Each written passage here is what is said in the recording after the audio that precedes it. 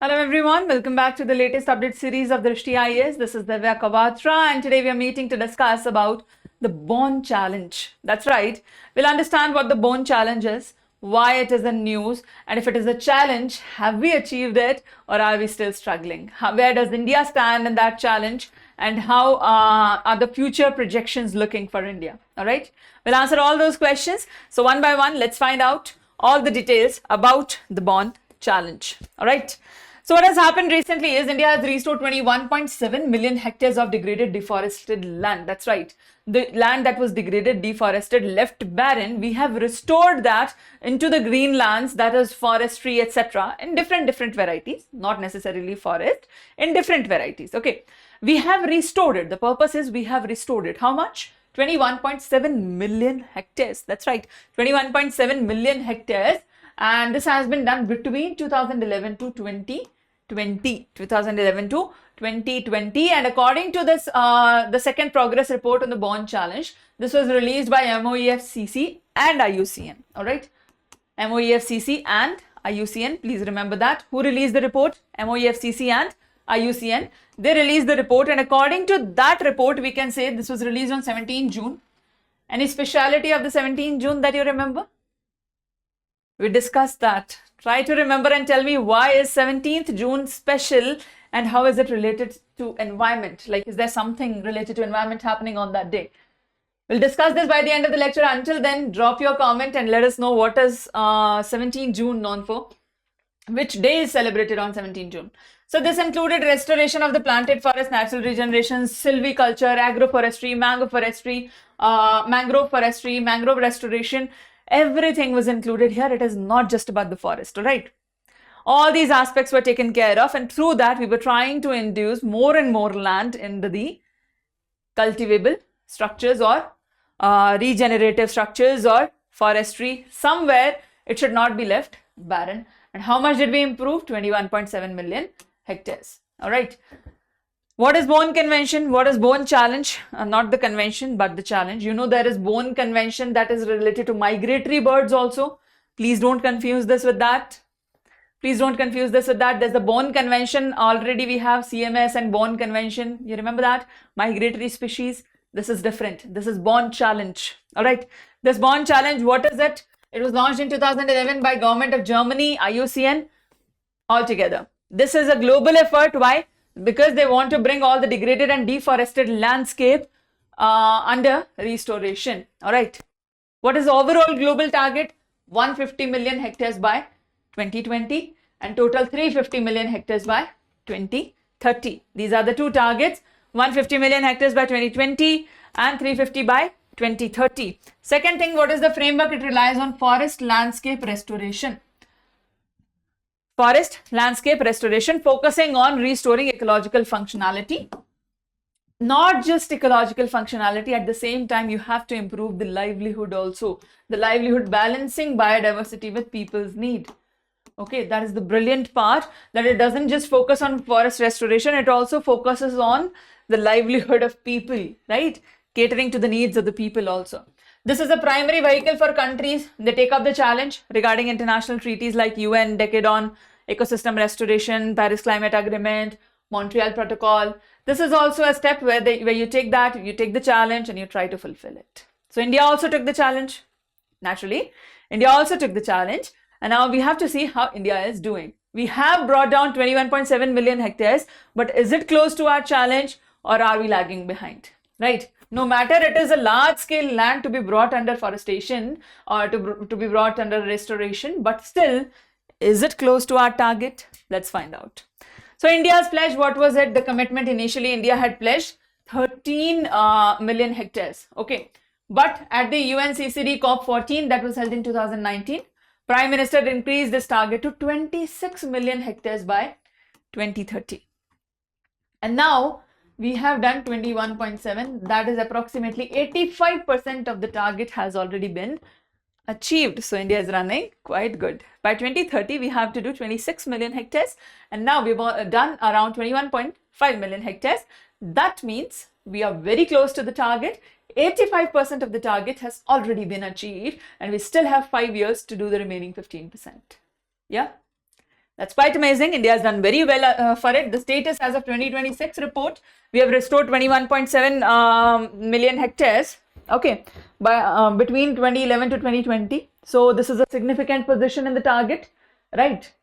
Yeah. So this has equated 461.4 million tons of carbon. This has made a massive dent into Indian carbon sink commitments.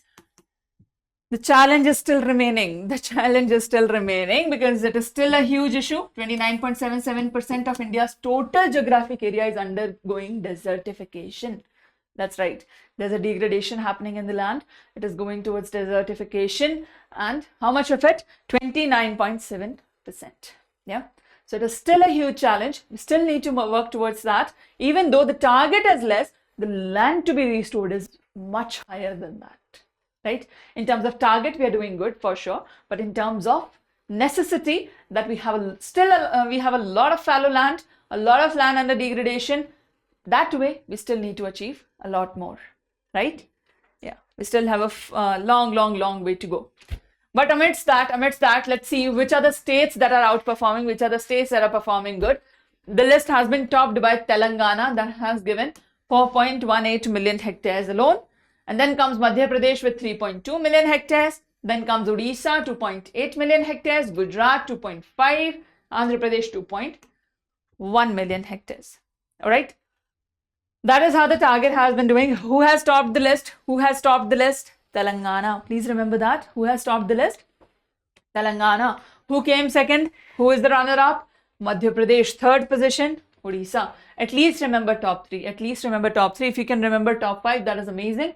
If not, at least remember top 3. All right.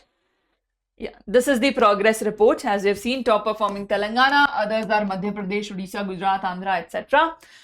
Right. What are the driving policies that helped us achieve this now? How did we do this? We did very good. We know that. But how did we do this?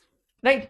Number one, we had CAMPA. You all know CAMPA, right? Compensatory Afforestation Fund. Direct funds from industries that were diverted towards forest land, local afforestation. Because if there is an industry that is causing pollution, they are to give something back to the nature. And that CAMPA was set up. They would give their funds into the CAMPA, and by CAMPA, trees would be cultivated here and there, right? Under that, a lot of degraded land was brought under the restoration. That is CAMPA fund for you. Then we had Green India Mission, the core pillar of India's National Action Plan on Climate Change. Then we had Manrega, leveraging rural employment. Like, we have to give them employment. They don't have much construction. You give them the employment of planting trees, taking care of the trees. Amazing. We created an entire community that was working for the nature. Aravali Green Wall Project. This was launched to create 5-kilometer buffer zone around the Aravali range, spanning 4 states to halt the march of Thar Desert, right? Because Thar Desert was expanding, they have to create a barrier, and that barrier is called Aravali Wall, right? That is called Aravali Wall. These were the initiatives that helped us finally achieve the target of 21.7 million hectares that we have cultivated, because of which land has been restored. How much of land? 21.7 million hectares land has been restored, top being Telangana, who has done the maximum work. What are the policies? CAMPA, other agroforestry policies also. These are just examples of which are working here in the direction, right? Yeah. To sum up, what did we pledge? First of all, we pledged 13 million hectares. Then we increased it to 26 million hectares. It was made just double in 2019, right? And now by 2020, we have achieved 21.7 million hectares. Approximately 83.5% of the target has been already achieved. By 2030, 26 million hectares is our target. All right. Now, if we see the major drivers as to how this has been happening, let's take a look. Agroforestry boost has been by 11 million hectares. State schemes gave 8 million hectares. CAMPA gave 2.5 million hectares. Other drivers also gave a lot of land. Top performers, we have Telangana, MP, and Odisha dominating in the agroforestry region. If we talk about climate environment impact, for 461.14 million tons CO2 has been sequestrated. Carbon footprint has finally been reduced. This is giving us a good edge, right? Yeah. Land type, what a forest landscape restoration has been done. Grassland recovery has been done. Riparian buffers have been restored. So it is not just about the forest, it has been in other ways also, mangrove forest, etc. We've, attempted many ways to actually achieve the target, and we've been doing quite well. Yes, exactly. This is Born Challenge, the challenge that India took, and we have been fully delivering on that challenge. By 2030, we'll see have we done it or not, right? And it seems like quite easy that we will be able to do that. A lot of targets that we took for 2030, we have been outperforming and achieving them already very soon, right? In this case also, this is up to 2020 data, and if we come to 2025, 26, it will show that we have done quite well for ourselves. Yeah, exactly. So this was the challenge, and India has done great according to this. And 17th June, as was our question and as are your comments, World Desertification Day. That's right, World Desertification Day, and the theme was Rangelands Recognize, Respect and Restore. Rangeland Recognize, Respect and Restore. Why rangeland? Because UN has designated 2026 as the year of International Year of Rangelands and Pastoralists, right?